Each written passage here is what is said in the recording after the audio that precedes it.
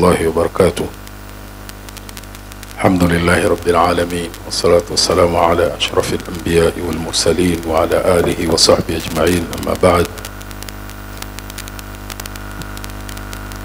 Mheshimiwa Naibu Kadhi Mkuu Sheikh Ali Khamis Ngeruko, ambaye ndio mgeni wetu rasmi akimwakilisha Mufti wa Tanzania Dr. Sheikh Abubakar bin Zubair bin Ali katika shughuli hii, ambaye kwa hakika yeye ndiye mwenye jambo lake hili. Nikiambiwa nizungumzie maono nitagusia kwa nini nasema ndo mwenye jambo lake. Mwenyekiti wa Halmashauri Kuu BAKWATA Taifa, kaka yetu Sheikh Khamis Mataka, Sheikh wetu wa mkoa wa Dar es Salaam ndugu yangu Sheikh Walid ibn Sheikh Al-Hadi Umar, katibu wetu wa taasisi ya Mwenye Baraka Islamic Foundation ndugu yangu Daud Nasib, na nyote mliohudhuria, kila mtu kwa nafasi yake. Na mimi hujulikana, natamani niwe na umahiri kama wa ndugu yangu Sheikh Walid pale wa mambo haya ya itifaki, lakini yeye amenizidi, kwa hiyo siwezi. Naomba mnichukulie udhuru huo, nitumie neno maarufu kwa itifaki imezingatiwa.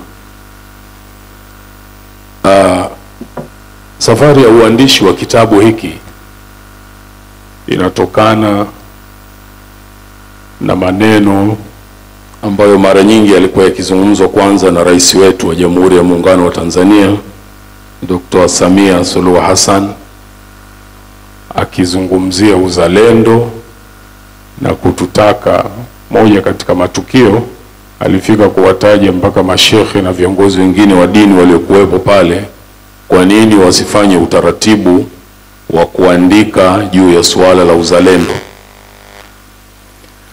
Lakini baada ya hapo Mheshimiwa Mufti na Sheikh Mkuu wa Tanzania alipata safari ya kwenda Masri kwenye kikao cha wanazuoni kule na mamufti wenziwe.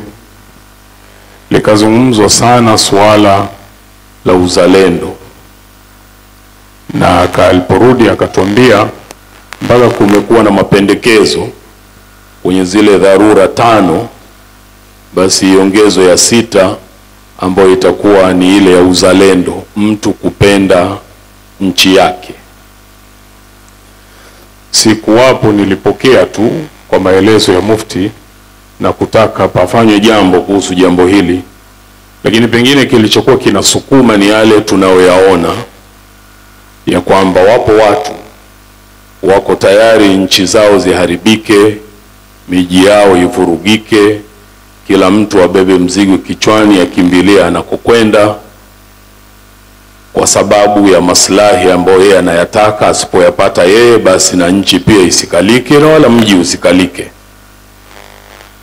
Na wengine tunashuhudia kwenye nchi zingine huko, uvishwa mpaka mabomu, wakaingia masokoni, wakaingia kwenye maeneo mbalimbali mpaka misikitini, wakawaumiza na kuwaua wengine ambao ni wananchi wenzao, wakati mwingine Waislamu wenzao, wakiamini kwa kufanya hivyo ni sawa sawa. Sasa haya pengine yalikuwa ndio sababu ya wao kuliangalia suala hili la uzalendo. Lakini pia na mimi kwenye kuangalia nikaona tuna mkanganyiko, niseme mkubwa, wa vitu viwili. Kuna neno linaitwa demokrasia, alafu kuna suala la uzalendo. Kipi kinatakiwa kitangulie? Utaona ni dhahiri uzalendo unatakiwa utangulie, na kama kuna demokrasia ifanyike kupitia ndani ya ule utaratibu wa uzalendo na si vinginevyo. Na hili la kupenda mtu kwao, kupenda nchi yake, ukisoma katika Qur'ani utaona misingi yake inatoka kule, kwamba mitume juu yao amani walikuwa tayari kudhuriwa, wengine mpaka wakauawa, kwa sababu ya kupenda kwao, kuwapenda watu wao, kuwasimamia na kuwapigania katika kuwatoa kwenye hatari ya duniani na akhera. Lakini pia akatufunza Bwana Mtume sallallahu alaihi wasallam pale alipokuwa anaondoka Makka, anauangalia mji wa Makka, anasema ma atyabaki min baladin wa ahabbaki ilayya, uzuri ulioje wa mji huu na namna ninavyokupenda wewe kuliko kitu chochote katika miji mingine. Walaula anna qaumi akhrajuni ma sakantu ghayrak, lau kukosa watu wangu kunitoa nisingekaa mji mwingine zaidi yako wewe Makka. Kuonyesha mtu kupenda nchi yake, kupenda mji wake, si jambo linalokinzana na mafundisho ya dini yetu, bali ndio Uislamu hasa. Hata alipohamia katika mji wa Madina akaomba dua akisema, Allahumma habib ilaina almadina, Mwenyezi Mungu tutie mapenzi ya kupenda mji huu wa Madina kahubina Makkata au ashad, kama ilivyokuwa mapenzi yetu kwa mji wa Maka au zaidi. Kwa hivyo kwenye safari hii niliona kupitia maneno haya ni vizuri pakaandikwa na kuwekwa ufafanuzi mzuri wa wale baadhi yetu ambao wanadhani uzalendo na Uislamu ni vitu viwili tofauti, ambao wanadhani pale panapoonekana kuna hatari ya kuvuruga utulivu na amani katika nchi, kiongozi wa dini, shekhe akisimama au imamu kulipigia kelele, anaonekana anaingilia jambo sio lake. Lakini ukitizama kwa maana ya uzalendo na spirit ya uzalendo, utaona kufanya hivyo ndio sawa sawa. Kwa hivyo haya yakanisukuma kwenye safari hii kwamba ni muhimu kutekeleza agizo la Mufti, kama ambavyo muhimu kutekeleza agizo la kiongozi wetu wa nchi kwamba paandikwe jambo kuhusu swala la uzalendo, tulibebe hili jambo kwa uzito wake, kwa sababu bila ya uzalendo hatuwezi kuwa na nchi ambayo tunakutana hivi, tunakaa, tunazungumza na kupanga mambo yetu. Na uzalendo unafasirika pia kwenye tafsiri ya kwetu ya kawaida ambayo sasa ipo kwenye vitabu na kamusi, kwamba ni feeling of loving your country more than any others and being proud of it. Ni zile hisia za kupenda nchi yako kuliko nchi nyingine yoyote na kuona fahari kwamba wewe ni mwananchi wa nchi fulani. Kwa hili haligongani na misingi ya mafundisho ya dini, na ndio maana nikaona ni vizuri kuweka kitabu hiki kisaidie wale ambao wanapata tabu kati ya uzalendo na Uislamu. Kuna tofauti, nikijitokeza kuonyesha mimi mzalendo nitakuwa nimekwenda kinyume na dini.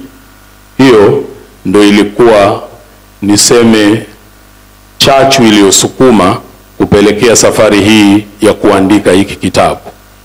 Lakini ndani yake pia, kama mtakavyokuja kuona kwenye safari hii, nikakutana na uzalendo wa namna mbili. Kuna uzalendo unaitwa wa upofu, blind patriotism, na kuna uzalendo unaitwa wa kujenga, constructive patriotism. Uzalendo wa upofu ni ule ambao tunaushuhudia kwa baadhi ya watu au vikundi fulani, kwamba wao peke yao ndo wanaamini ndo wazalendo, na wao peke yao ndo wanaamini wana mapenzi na nchi yao, na wengine wowote wale ambao sio katika wao, hata wakifanya kitu gani kikiwa kizuri hakifai kwa sababu hakifanywi na wao. Hata wakisimamia vipi mambo kuwa mazuri hayafai tu kwa sababu wanafanya wao na sio wao. Huu ndo unaitwa uzalendo wa upofu, kwamba wewe ndo unapenda zaidi, wewe ndo mwenyewe, wenzako wote wageni na hawafai kufanya mpaka kile unachofanya wewe. Na ukisema wewe hutaki watu wote wakubaliane na wewe kwamba hii hapana, kwa sababu wewe ndo mzalendo zaidi. Lakini uzalendo wa pili wa kujenga, ambao ndio niliokusudia ndani ya kitabu hiki, ni ule uzalendo wa kuona sisi sote tuko sawa, na kwamba uzalendo wa kuona mwenzako akisogea mbele akawa anaongoza, anachokifanya anakifanya kwa spirit ile ile ya uzalendo, na wewe ukubali kwamba yeye naye ana uwezo na ana mamlaka na ana nafasi ya kufanya, bila ya kuona kwamba lazima uwe unafanya wewe tu, na kama sio wewe hiyo haifai.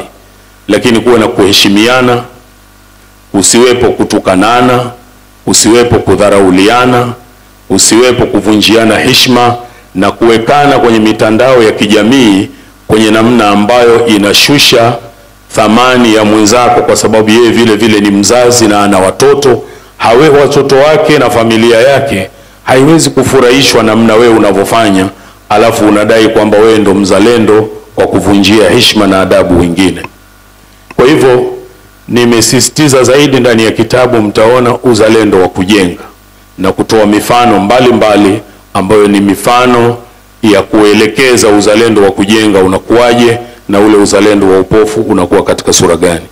Ili mradi safari hii msingi wake ilikuwa ni yale maneno ya Mheshimiwa Rais, lakini pia ilikuwa ni maagizo ya Mheshimiwa Mufti kwamba paandikwe kuhusu uzalendo ili watu waweze kuelewa maana yake, nafasi yake, umuhimu wake, isaidie katika ustawi wa nchi yetu katika namna nzuri anayoipenda Mwenyezi Mungu na kuiridhia. Kwa haya machache niwashukuru sana. Wassalamu alaikum wa rahmatullahi wa barakatuh.